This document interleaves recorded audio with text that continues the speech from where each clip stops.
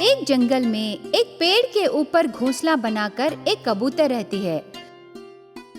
वो सुबह सुबह आहार लाने जंगल में जाके शाम तक वापस घोंसले को लौटती है। थोड़े दिनों बाद वो कबूतर अंडे रख के इंक्यूबेट करने के बाद 6 बच्चे पैदा होते हैं।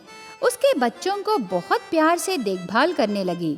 दिन भर वो कबूतर आहार लाने के लिए जंगल पूरा घूमकर शाम को घोंसले को वापस लौटकर लाए आहार को बच्चों को खिलाकर बहुत खुशी से जिंदगी बिताने लगी। ऐसे थोड़े दिन बीत जाते हैं। उसके बच्चे थोड़े बड़े होते हैं। हर रोज की तरह उस दिन भी आहार लाने जाती है कबूतर। शाम को वापस आने तक उसके 6 बच्चों में से एक बच्ची दिखाई नहीं देती। कबूतर का दिल धड़कने लगता है, चारों ओर ढूंढती है, उसकी बच्ची कहीं भी दिखाई नहीं देती। तब कबूतर बहुत सोचने लगती है, पर क्या हुआ उसे कुछ समझ में नहीं आता। उसके बाद 2 दिन का आहार का बंदोबस्त करके पेड़ के डालों के पीछे छुप के 2 दिन नजर रखती है, पर कोई भी जानवर उस तरफ नहीं आते। अगले दिन हर रोज की तरह आहार लाने जाती है। उस दिन फिर से और एक बच्ची दिखाई नहीं देती। फिर से उसका दिल धड़कने लगता है, चारों ओर ढूंढती है, पर उसे कहीं भी उसकी बच्ची दिखाई नहीं देती। पड़ोसन कबूतर को बता के दुखी होने लगती है। चिंता मत करो कबूतर, मैं तुम्हें एक आइडिया देती हूँ। ऐसे करने से तेरे बच्चे सुरक्षित रहेंगे। ऐसे कहती है पड़ोसन कबूतर। उसके बाद आइडिया के मुताबिक छोटे छोटे कांटे लाके घोंसले के चारों ओर अच्छे से बुनती है। अगले दिन भी हर बार की तरह आहार लाने जाती है कबूतर।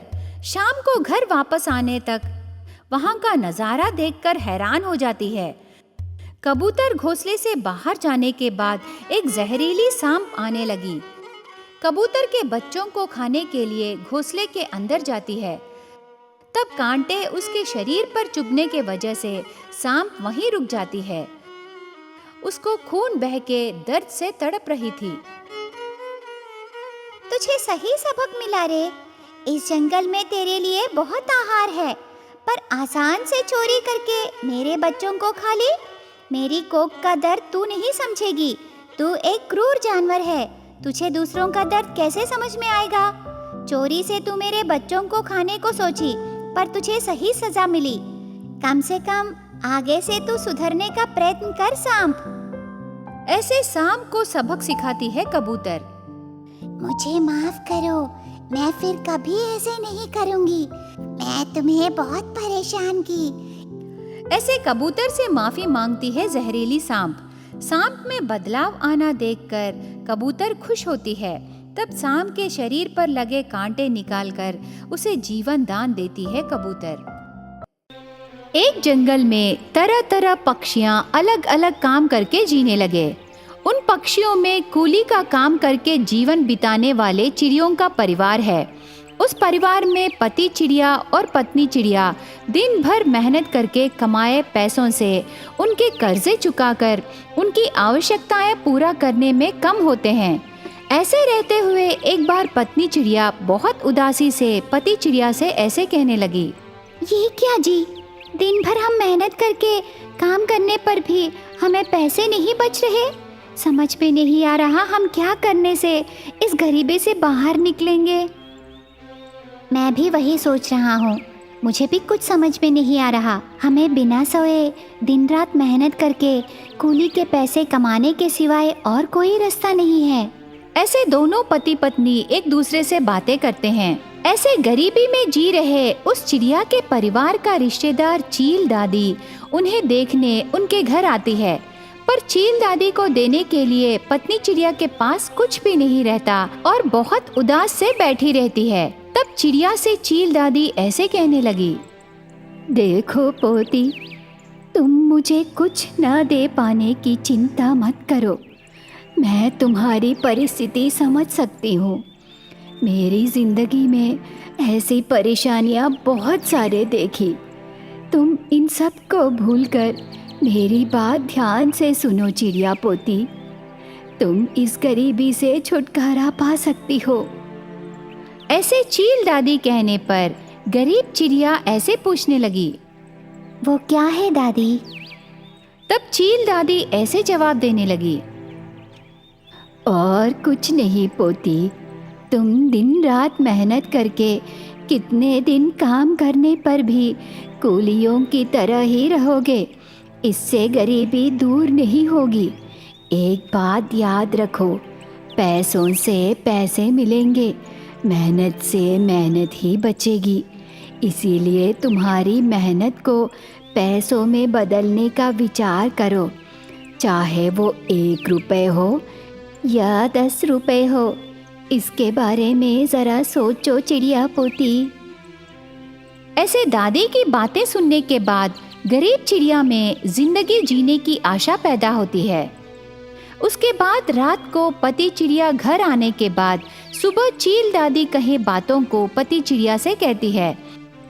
तब पति चिड़िया ऐसे कहने लगा, देखो, ये सभी बातें कहने के लिए और सुनने के लिए अच्छे रहेंगे, पर करने के लिए कैसे संभव होगा बताओ?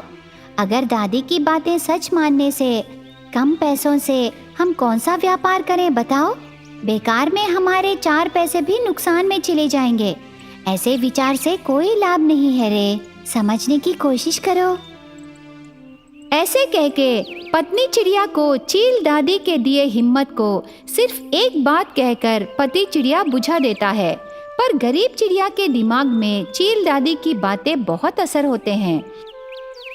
इसीलिए बहुत कम निवेश से कौन कौन से व्यापार हैं करके चील दादी से चर्चा करने लगी। तब दादी ने, देखो पोती, मेरी सलाह ये है कि त्योहारों का सीजन आने वाला है ना, सिर्फ त्योहारों के सीजन में ही नहीं, हर दिन चलने वाला एक व्यापार है रे, वो है जलेबियों का व्यापार। इस व्यापार के लिए निवेश कम होगा और ज़्यादा पैसे बचेंगे। पहले तुम एक छोटा सा जलेबियों का व्यापार शुरू करो। जलेबियाँ कैसे बनाना है मैं तुम्हें सिखाऊंगी। ऐसे चील दादी बात देने पर गरीब चिड़िया में हिम्मत बढ़ती है।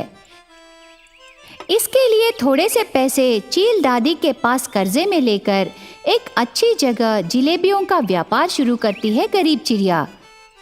खुशबूदार और मीठे मीठे जलेबियाँ बेचे गरीब चिड़िया की जलेबियाँ मुंह में रखते ही बहुत टेस्टी लगने पर गरीब चिड़िया की जलेबियों का व्यापार धीरे धीरे बढ़ने लगी। तब दादी के बताए पैसे कमाने का सूत्र समझ में आकर चिड़िया चील दादी से ऐसे कहने लगी, दादी, तुमने सच कहा, पैसों से ही पैसे मिलते हैं।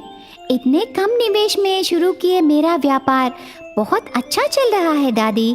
इससे पहले महीना पूरा कूली का काम करके कमाए पैसे अभी सिर्फ 1 हफ्ते में ही मिल रहा है दादी। ऐसे उसे जलेबी व्यापार के बारे में बताए चील दादी को कृतज्ञताएं कहती है। आखिर में उस गरीब चिड़िया के पति को भी उस जलेबी व्यापार के बारे में समझ में आकर उसके बाद से पत्नी चिड़िया के साथ मिलकर वो भी जलेबियों का व्यापार करने लगा। इस प्रकार गरीब चिड़िया उसके जलेबियों के व्यापार से उनकी गरीबी दूर कर लेती है।